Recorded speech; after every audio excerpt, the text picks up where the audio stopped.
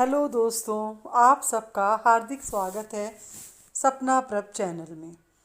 षट तिला एकादशी की व्रत कथा। इस दिन तिलों के दान का बहुत महत्व है।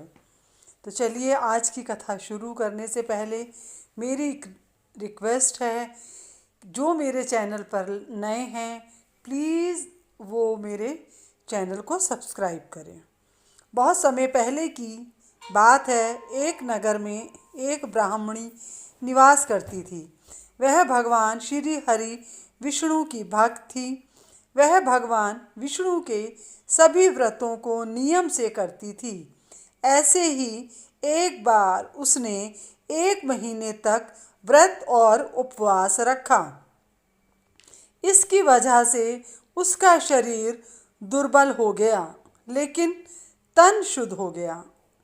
अपने भक्त को देखकर भगवान ने सोचा कि तन शुद्धि से इसे बैकुंठ तो प्राप्त हो जाएगा, लेकिन उसका मन तृप्त नहीं होगा। उसने एक गलती की थी कि व्रत के समय कभी भी किसी को कोई दान नहीं दिया था। इस वजह से उसे विष्णु लोक में तृप्ति प्राप्त नहीं होगी। तब भगवान स्वयं उससे दान लेने के लिए उसके घर पर गए। वे ब्राह्मणी के घर भिक्षा लेने गए तो उसने भगवान विष्णु को दान में मिट्टी का एक पिंड दे दिया।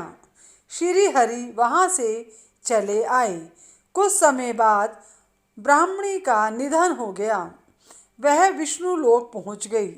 उसे वहाँ पर रहने के लिए एक कुटिया मिली, जिसमें कुछ भी नहीं था सिवाय एक आम के पेड़ के।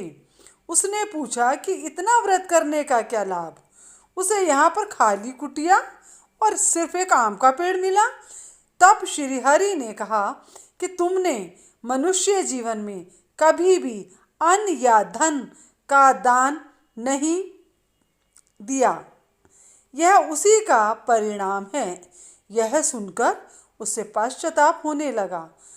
उसने प्रभु से इसका उपाय पूछा।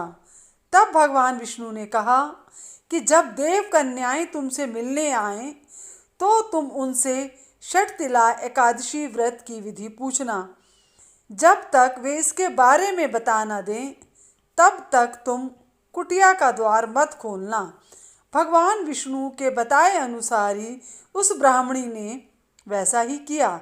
देव कन्याओं से विधि जानने के बाद उसने भी षट तिला एकादशी का व्रत किया। उस व्रत के प्रभाव से उसकी कुटिया सभी आवश्यक वस्तुओं, धन धान्य आदि से भर गई। वह भी रूपवती हो गई। भगवान विष्णु ने नारद जी को षट तिला एकादशी व्रत की महिमा इस प्रकार सुनाई।